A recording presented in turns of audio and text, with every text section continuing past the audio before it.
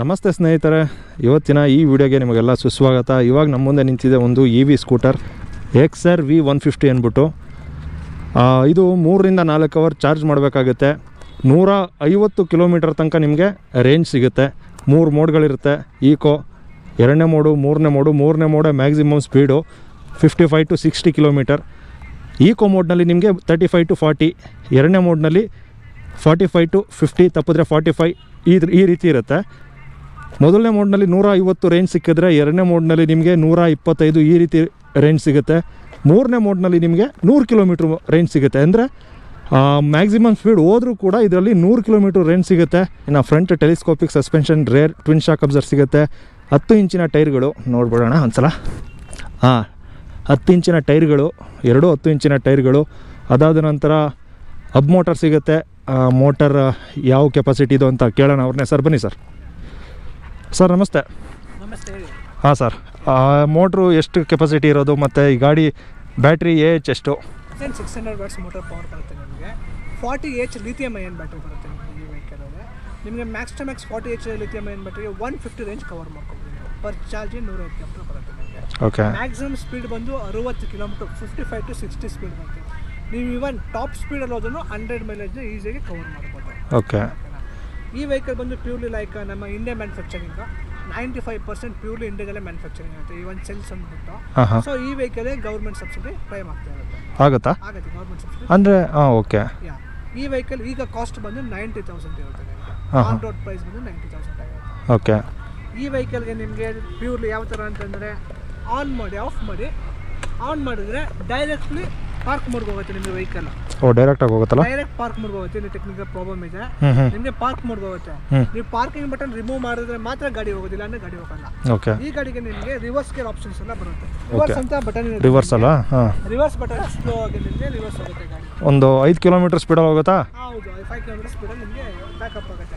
ನಿಮಗೆ 15 speed. Okay. 10 to 15 ಸ್ಪೀಡಲ್ಲಿ ನಿಮಗೆ back ಆಗುತ್ತೆ. ಹೋಗುತ್ತೆ. ನಿಮಗೆ ಇವನ್ ಮಂಡ್ಯದಲ್ಲಿ 90,000ಗೆ 150 ರೇಂಜ್ ಕೊಡೋ ವೆಹಿಕಲ್ ಇದುವರೆಗೂ ಯಾವುದೂ ಇಲ್ಲ. ಓಕೆ. ನೀವು 150 ರೇಂಜಿನ ಮೋರ್ ದೆನ್ 100 ಎಕ್ಸ್ಪೆಕ್ಟೇಷನ್ ಮಾಡ್ತೀರಿ ಅಂತಂದರೆ ಮೋರ್ ದೆನ್ 1 lakh ಇದೆ. ನಿಮಗೆ 150 ರೇಂಜ್ ವೆಹಿಕಲ್ 90,000 ಸಿಗ್ತಾಯಿದೆ. ಇದೊಂದೇ ಗಾಡಿ? ಇದೊಂದೇ ಗಾಡಿ, ಎಕ್ಸರ್ ಅಂತ. ಓಕೆ. ಈ ಕಂಪ್ನಿಲಿ ಅಂದರೆ ಇದೊಂದೇ ವೇರಿಯಂಟಾ? ಇಲ್ಲ, 2 ವೇರಿಯಂಟ್ಸ್ ಬರುತ್ತೆ. V180 ಅಂತ ಬರುತ್ತೆ. ಇದು V180 ಸ್ವಲ್ಪ ನಿಮಗೆ ಸ್ಕೂಟಿ ಪೆಪ್ ಥರ ಬರುತ್ತೆ ನಿಮ್ಗೆ ಆಲ್ಮೋಸ್ಟ್. ಇದು ನಾರ್ಮಲ್ ಸ್ವಲ್ಪ ಡಿಸೈನ್ ಚೆನ್ನಾಗಿದೆ ನಿಮಗೆ. ಎಷ್ಟು ಕಲರಲ್ಲಿ ಸಿಗುತ್ತೆ ಇದು? ಸರ್ 2 ವೇರಿಯಂಟ್, 2 ಕಲರ್ ಸಿಗುತ್ತೆ ನಿಮಗೆ. ವೈಟ್ ಆ್ಯಂಡ್ ರೆಡ್ 2 ಕಲರ್ ಸಿಗುತ್ತೆ. ಓಕೆ, ಸರಿ ಸರ್. ನಿಮಗೆ ಲೈಕ್ ರಿಮೂವಲ್ ಬ್ಯಾಟ್ರಿ ರಿಮೂವ್ ಮಾಡ್ಬೋದು. ಇಷ್ಟು ಡಿಕ್ಕಿ ಸ್ಪೇಸ್ ಸಿಗುತ್ತೆ. ಓಕೆನಾ? ಅಂದರೆ ಇಷ್ಟು ಡಿಕ್ಕಿ ಸ್ಪೇಸ್ ಸಿಗುತ್ತೆ? ಡಿಕ್ಕಿ ಸ್ಪೇಸ್ ಸಿಗುತ್ತೆ. ಇದು ಪ್ಯೂರ್ಲಿ ಡಿಕ್ಕಿ ಸ್ಪೇಸ್. ಇದು ನಿಮಗೆ battery 40H lithium iron battery ಬರುತ್ತೆ ನಿಮಗೆ. ಓಕೆ. ಎಲ್ಲ ಗಾಡಿಲೂ ಈ ಫುಲ್ಲು ಇರುತ್ತಲ್ಲ, ಡಿಕ್ಕಿ ಸ್ಪೇಸೇ ಇರಲ್ಲ, ಇದರಲ್ಲಿ ಸ್ಪೇಸ್ ಇರುತ್ತೆ? ಡಿಕ್ಕಿ ಸ್ಪೇಸ್ ಸಿಗುತ್ತೆ ನಿಮಗೆ. ಇದನ್ನ ಈಸಿಯಾಗಿ ರಿಮೂವಬಲ್ ಮಾಡ್ಬೋದಾ ನಾವು? ಮಾಡ್ಬೋದು. ನಿಮಗೆ ಈಗ ಹಾರಿಜಾಂಟಲ್ ಆಗಿ ಮಡಗಿಸಿದ್ದಾರೆ, ಅದನ್ನ ಸ್ಟ್ರೈಟ್ ಮಾಡ್ಕೊಂಡು ನೀವು ಆರಾಮಾಗಿ ಎತ್ಕೋಬಹುದು ಬ್ಯಾಟ್ರಿನ. ಅಂದ್ರೆ ಅವಾಗ ಡಿಕ್ಕಿ ಸ್ಪೇಸ್ ಸಿಗಲ್ಲ? ಆಗ ಡಿಕ್ಕಿ ಸ್ಪೇಸ್ ಸಿಗಲ್ಲ ನಿಮಗೆ. ಬ್ಯಾಟ್ರಿ ಬಂದು ಇಲ್ಲಿ ಗಂಟೆ ಕವರ್ ಆಗುತ್ತೆ ನಿಮಗೆ. ಅಂದರೆ ಇದು ಫಿಕ್ಸ್ಡ್ ಈಗ ಸತ್. LED ಹೆಡ್ಲೈಟು, ಇಂಡಿಕೇಟರ್ ಆನ್ ಮಾಡಿ, ಇಂಡಿಕೇಟರ್ LED DRL ಹಾಗೂ LED ಇಂಡಿಕೇಟರ್ ಬರುತ್ತೆ. Bulb indicator, LED tail light. Okay sir, ಗಾಡಿ ಓಡಿಸೋಣ. ನಿಮಗೆ ಗಾಡಿ ತುಂಬ ಲೈಟ್ ವೆಯ್ಟೆಡ್ ಗಾಡಿ. ಹುಡುಗಿರಿಗೆ, ವಯಸ್ಸಾದವ್ರಿಗೆ ಈ ಗಾಡಿ ತುಂಬ ಸೂಕ್ತ ಆಗುತ್ತೆ. ಮತ್ತು ಹುಡುಗಿರು ಕುಳ್ಳುಗಿರ್ತಾರಲ್ವ, ಒಂದು ರೇಂಜ್ಗೆ ಹೈಟ್ ಇರ್ತಾರಲ್ವ, ಅಂಥವ್ರಿಗೂ ಸೂಕ್ತ ಆಗುತ್ತೆ. ಅತಿ ಹೈಟ್ ಇರೋಲ್ಲ. ಇಲ್ಲಿ ಬೇಕಾದರೆ ಚಿಕ್ಕ ಹುಡುಗ ಹುಡುಗಿನ ಕೂರಿಸ್ಕೋಬೋದು, ಆ ರೀತಿಯಾದ ಒಂದು ಸ್ಪೇಸ್ ಇರುತ್ತೆ. ಕಾಲು ಇಟ್ಕೊಳ್ಳೋಕ್ಕೂ ಚೆನ್ನಾಗಿದೆ. ಮೊಬೈಲ್ ಇಟ್ಕೋಬೋದು, ಅದು ಇದು ಇಟ್ಕೋಬೋದು ನಾವು. ಸಣ್ಣ ಪುಟ್ಟ ಕೊತ್ತಂಬರಿ ಸೊಪ್ಪು, ಹಸಿಮೆಣಸಿನ್ಕಾಯಿ, ಕರಿಬೇವು, ಏನೇನೋ ಇಟ್ಕೋಬೋದು. ಪುದೀನ, ಬೆಳ್ಳುಳ್ಳಿ, ಶುಂಠಿ ಗಿಂಟಿ ಎಲ್ಲ. ಅದು ಬಿಟ್ಟರೆ ಇಲ್ಲಿ ಚಾರ್ಜ್ ಹಾಕೋಬೋದು. ಚಾರ್ಜ್ ಹಾಕೋದೇನಾದ್ರು ಮರ್ತುಬಿಟ್ಟಿದ್ದರೆ ಮೊಬೈಲ್ನ ಇಲ್ಲೇ ಚಾರ್ಜ್ ಮಾಡ್ಕೋಬೋದು. ಅದೇ ನಿಮಗೆ ದೊಡ್ಡ ಮ್ಯಾಟ್ರ್ ಆಗೋಲ್ಲ. ಗಾಡಿ ಎಷ್ಟು ಕೊಡುತ್ತೋ ರೇಂಜು ಅಷ್ಟೇ ಕೊಡುತ್ತೆ. 3ನೇ ಮೋಡ್ನಲ್ಲಿ 100, 2ನೇ ಮೋಡ್ನಲ್ಲಿ 125, ಮೊದಲನೇ ಮೋಡ್ನಲ್ಲಿ 150, ಇಲ್ಲ 145ರಿಂದ 150 ಈ ರೀತಿ ಮೈಲೇಜ್ ಕೊಡುತ್ತೆ. ಮತ್ತು ಸ್ಪೀಡು 3ನೇ ಮೋಡ್ನಲ್ಲಿ 55, 2ನೇ ಮೋಡ್ನಲ್ಲಿ ನಿಮಗೆ 45, 3ನೇ ಅಂದರೆ ಈಕೋ ಮೋಡ್ನಲ್ಲಿ 25, 25ರಿಂದ 30, 35 ಈ ರೀತಿ ಕೊಡುತ್ತೆ.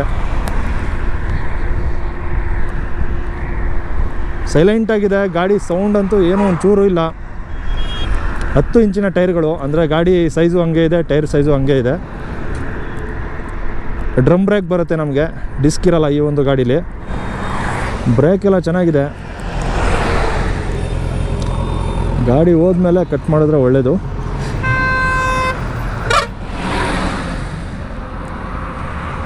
ಯಾಕಂದರೆ ಈ ಗಾಡಿ ಸ್ವಲ್ಪ ಆಕ್ಲರೇಷನ್ ಕೊಟ್ಟರೆ ಸಾಕು, ಸರಕ್ಕಂತ ಮುಂದೆ ಹೋಗುತ್ತೆ.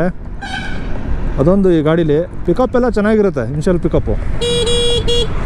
ಅದು ಬಿಟ್ಟರೆ ನಿಮಗೆ ಮಿಡ್ ರೇಂಜು ಟಾಪ್ ಎಂಡು ಇವೆಲ್ಲ ಕೇಳಲೇಬೇಡಿ. ಇನ್ಷಿಯಲ್ ಪಿಕಪ್ ಮಾತ್ರ ಸ್ವಲ್ಪ ಒಂದು 10ರಿಂದ 15-20 ಇಲ್ಲಿ ತನಕ ಸಾಕಾಗಿರುತ್ತೆ ಗಾಡಿ ಪಿಕಪ್ಪು.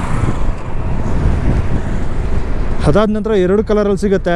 ಮತ್ತು ಅವ್ರು ಹೇಳ್ತಾ ಇದ್ದಾರೆ 1 ಲಕ್ಷದ ಕೆಳಗಡೆ ಯಾವ ಗಾಡಿನೂ 150 ರೇಂಜ್ ಸಿಗೋವಂಥದ್ದಿಲ್ಲ. ಇದೊಂದೇ 90,000ಕ್ಕೆ 150 ಕಿಲೋಮೀಟರ್ ನಿಮಗೆ ರೇಂಜ್ ಸಿಗ್ತಾಯಿದೆ ಅಂತ. ಬೆಸ್ಟ್ ಇದು. ಒಂದು ಸಲ ಚಾರ್ಜ್ ಮಾಡಿದ್ರೆ 3ರಿಂದ 4 ಅವರ್ ಚಾರ್ಜ್ ಮಾಡಿದ್ರೆ ಪೋರ್ಟಬಲ್ ಚಾರ್ಜರು. ನೀವು ಎತ್ಕೊಂಡೋಗಿ ಮನೇಲಿ ಬೇಕಾದ್ರೆ ಚಾರ್ಜ್ ಹಾಕ್ಕೊಳ್ಳಿ, ಇಲ್ಲಾಂದರೆ ಇಲ್ಲೇ ಫಿಕ್ಸು ಮಾಡಿಕೊಂಡು ಚಾರ್ಜ್ ಮಾಡ್ಕೋಬೋದು. ಆ ರೀತಿ 2 ರೀತಿ ಆಪ್ಷನ್ ಇರುತ್ತೆ.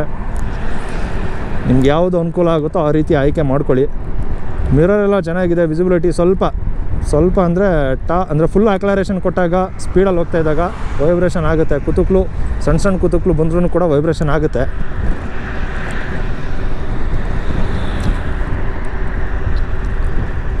ಒಂದು ಸಲ ಚಾರ್ಜ್ ಮಾಡಿದ್ರೆ ಗುರು ಈ ಗಾಡಿ 150 ಅಂದರೆ ದಿನಕ್ಕೆ 50 ಕಿಲೋಮೀಟ್ರ್ ಓಡಿಸ್ಕೊಳ್ಳಿ ಸಿಟಿಲೇ. 50 3 ದಿನ ಆದಮೇಲೆ ಚಾರ್ಜ್ ಹಾಕ್ಬೋದಲ್ಲ. ಸಖತ್ತಾಗಿದೆ ಗುರು ಗಾಡಿದು ರೇಂಜು. ಹಂಗಾದರೆ 3 ವರ್ಷ ಬ್ಯಾಟ್ರಿ ಅಲ್ವಾ ಸರ್? 3 ವರ್ಷ ವಾರಂಟಿ ಇರುತ್ತೆ. ಮೋಟ್ರಿಗೆ 2 ವರ್ಷನಾ? ಮೋಟ್ರಿಗೂ 3 ಇಯರ್ಸು. ಅಂದರೆ ಇವ್ರ ಕಡೆಯಿಂದ, ನಿಮ್ಮ ಕಡೆಯಿಂದ ತಾನೇ ಕೊಡೋದು? ನಿಮ್ಮ ಕಡೆಯಿಂದನೇ. ಮೋಟ್ರಿಗೆ 1 ವರ್ಷ ತಾನೇ ಕೊಡೋದಿಲ್ಲ? ಹಾಂ, ಓಕೆ ಓಕೆ ಓಕೆ. ಅಂದರೆ ಬ್ಯಾಟ್ರಿಗೆ 3 ವರ್ಷ ಇರುತ್ತೆ ವಾರಂಟಿ. ಅದಾದ ನಂತರ ಮೋಟ್ರಿಗೆ 2 ವರ್ಷ ಕೊಡ್ತಾರೆ ಕಂಪ್ನಿ ಕಡೆಯಿಂದ. ಇವರು ಭರವಸೆ 1 ವರ್ಷ ಕೊಡ್ತಾರೆ. ಅಂದರೆ ಎಕ್ಸ್ಟ್ರಾ 1 ವರ್ಷ 3 ವರ್ಷ ಆಗುತ್ತೆ. ಬ್ಯಾಟ್ರಿಗೂ ಮತ್ತು ಮೋಟ್ರಿಗೂ 3 ವರ್ಷ ವಾರಂಟಿ ಇರುತ್ತೆ. ಅದಾದ ನಂತರ ಹೋದರೆ ನೀವು ನಿಮ್ಮ ಜವಾಬ್ದಾರಿ, ಅದರೊಳಗೆ ಹೋದರೆ ಇವ್ರ ಜವಾಬ್ದಾರಿ. ಮೈ EV ಸ್ಟೋರ್ ಅವ್ರ ಜವಾಬ್ದಾರಿ. ಇವ್ರ ಫೋನ್ ನಂಬರು ಮತ್ತು ಶೋರೂಮ್ ಅಡ್ರೆಸ್ಸು ಡಿಸ್ಕ್ರಿಪ್ಷನಲ್ಲಿ ಮೆನ್ಷನ್ ಮಾಡಿರ್ತೀನಿ. ಏನಾದ್ರು ವಿಚಾರಣೆ ಇದ್ದರೆ ಮಾಡ್ಬೋದು. ಅಕಸ್ಮಾತ್ 3 ವರ್ಷ ಆದಮೇಲೆ ಈ ಗಾಡಿ ಬ್ಯಾಟ್ರಿ ಹೋದರೆ ಎಷ್ಟಿರುತ್ತೆ ಬೆಲೆ? ಹಾಂ, ಬ್ಯಾಟ್ರಿ ಬೆಲೆ ಈಗ ಸದ್ಯಕ್ಕೆ ಮಾರ್ಕೆಟಲ್ಲಿ ಯಾವ ಪ್ರೈಸ್ಗಿದೆ? ಈಗ ಸದ್ಯಕ್ಕೆ ಮಾರ್ಕೆಟ್ ಪ್ರೈಸ್ 40,000-45,000 ಇದೆ. ಹಾಂ, ನಿಮಗೆ ಫ್ಯೂಚರ್ಗೆ ಬ್ಯಾಟ್ರಿ ಪ್ರೈಸ್ ತುಂಬ ಕಮ್ಮಿ ಆಗುತ್ತೆ ಹೊರತು ಜಾಸ್ತಿ ಆಗುತ್ತೆ. Okay okay. ನಾವು ಇವನ್ ಫಸ್ಟ್ 6 ಮಂತ್ಸ್ ಬ್ಯಾಕ್ ಇದೇ ಬ್ಯಾಟ್ರಿ ಅಪ್ ಟು 50,000 ಆಗೋದು. ಈಗ ಒಂದು 5,000 ಕಮ್ಮಿನೇ ಆಗಿದೆ ಬ್ಯಾಟ್ರಿ ರೈಟ್. ಹೋಗ್ತಂತ ಇನ್ನೂ ಕಮ್ಮಿ ಆಗ್ತದೆ ಹೊರತು ಓಕೆ. ಇವನ್ ಬ್ಯಾಟ್ರಿ ಏನು ವಸ್ತು ತಗೊಳ್ಬೇಕು ಅನ್ನೋ ಅವಶ್ಯಕತೆ ಏನು ಇರಲ್ಲ. ಸೊ ಈ ಬ್ಯಾಟ್ರಿ ಎಲ್ಲ ರಿಪೇರಬಲ್ ಮಾಡಿಸ್ಕೋಬೋದು, ಎಲ್ಲನೂ ಸರ್ವಿಸ್ ಮಾಡಿಸ್ಬೋದು. ಇದೆಲ್ಲ ನಿಮಗೇನು ಲೆಡ್ ಆಸಿಡ್ ಬ್ಯಾಟ್ರಿ ಅಲ್ಲ, ಲಿಥಿಯಂ ಅಯಾನ್ ಬ್ಯಾಟ್ರಿ ಆಗಿರೋದ್ರಿಂದ ಓಕೆ ರಿಪೇರಬಲ್ ಸರ್ವಿಸ್ ಮಾಡಿಸ್ಕೋಬೋದು. ಲಿಥಿಯಂ ಎಲ್ಲನೂ ಮಾಡಿಸ್ಬೋದಾ ಸರ್ವಿಸು? ಆಲ್ಮೋಸ್ಟ್ ಮಾಡಿಸ್ಬೋದು 80%. ಓಕೆ. ಇನ್ನು 3 ವರ್ಷದ ನಂತರ ಕಡಿಮೆ ಆಗಿರುತ್ತೆ ಬ್ಯಾಟ್ರಿ ಪ್ರೈಸು. ಬ್ಯಾಟ್ರಿ ಪ್ರೈಸ್ 30,000ಕ್ಕೆ ಬಂದಿರುತ್ತೆ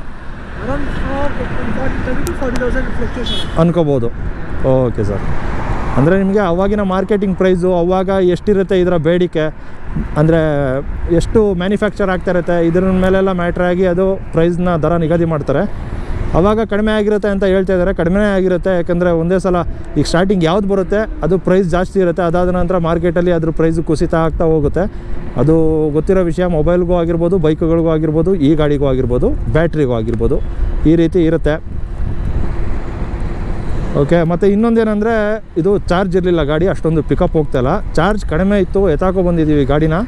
ಚಾರ್ಜ್ ಜಾಸ್ತಿ ಇದ್ದರೆ ನಿಮಗೆ 100% ಆ ರೀತಿ ಇದ್ದರೆ ನಿಮಗೆ ಪಿಕಪ್ಪು 50% 40% ಕಡಿಮೆ ಆಗೋ ತನಕನೂ, ಅಂದರೆ 50% 40% ಬರೋ ತನಕನೂ ಪಿಕಪ್ ಚೆನ್ನಾಗಿರುತ್ತೆ ನಿಮಗೆ. 3ನೇ ಮೋಡ್ನಲ್ಲೂ 1ನೇ ಮೋಡ್ನಲ್ಲೂ 50%ಇಂದ ಯಾವಾಗ ಕೆಳಗೆ ಬರುತ್ತೋ ನೋಡಿ. ಈಗ ನಾನು ಆಕ್ಲರೇಷನ್ ಕಮ್ಮಿ ಮಾಡಿದೆ, ಗ್ರೀನ್ ಬಂತು ಅಂದರೆ ನೀವು 1ನೇ ಮೋಡಲ್ಲಿ ಆಕ್ಲರೇಷನ್ ಕಡಿಮೆ ಮಾಡ್ಕೊಂಡು ಓಡಿಸಿದ್ರೆ ರೇಂಜ್ ಜಾಸ್ತಿ ಸಿಗುತ್ತೆ. ಆಕ್ಲರೇಷನ್ ಜಾಸ್ತಿ ಎತ್ತುತ್ತೀನಿ, ಗ್ರೀನಿಂದ ರೆಡ್ಡಿಗೆ ಬರುತ್ತೆ ನೋಡಿ. ಇಲ್ಲಿ 1 ಪಾಯಿಂಟ್ ಬಂತು. ಈ ರೀತಿ ನೀವೇ ಕ್ಯಾಲ್ಕುಲೇಟ್ ಮಾಡಿಕೊಂಡು ರೇಂಜ್ ಜಾಸ್ತಿ ಸಿಗಬೇಕಾ, ಕಡಿಮೆ ಸಿಗಬೇಕಾ, ಇಲ್ಲ ನಮ್ಮ ಮನೆ ದೂರ ಇದೆಯಾ, ಕಡಿಮೆ ದೂರ ಇದೆಯಾ, ನಾನು ಇಷ್ಟು ಸ್ಪೀಡಿಗೆ ಹೋದರೆ ನನ್ನ ಮನೆ ಬೇಗ ಸಿಕ್ಬಿಡುತ್ತಾ, ಯಾವ ರೇಂಜಲ್ಲಿ ಹೋಗಬೇಕು ಅಂತ ನೀವೇ ಕ್ಯಾಲ್ಕುಲೇಟ್ ಮಾಡ್ಕೊಂಡು ಗಾಡಿ ಓಡಿಸಿದ್ರೆ ರೇಂಜ್ ಕೊಡುತ್ತೆ ಇದು. ನೀವು ಸುಮ್ಮನೆ ಉಜ್ಜಿಬಿಟ್ರೆ ಗಾಡಿನ ಕಡಿಮೆ ಪರ್ಸೆಂಟೇಜ್ ಕಡಿಮೆ ಬ್ಯಾಟ್ರಿ ಇದ್ದಾಗಲೂ ಸುಮ್ಮನೆ ಉಜ್ಜಿಬಿಟ್ರೆ ಬ್ಯಾಟ್ರಿನ ಬೇಗ ಹೋಗ್ಬಿಡುತ್ತೆ.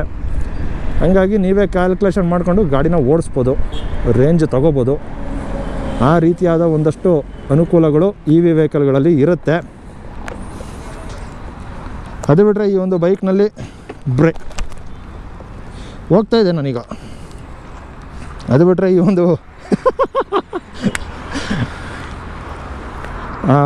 ಒಂದು ಬೈಕ್ನಲ್ಲಿ ಬ್ರೇಕ್ ಆಗಿರ್ಬೋದು, ಕಂಫರ್ಟ್ ಆಗಿರ್ಬೋದು, ಬಿಲ್ಡ್ ಕ್ವಾಲಿಟಿ ಆಗಿರ್ಬೋದು ಚೆನ್ನಾಗಿದೆ.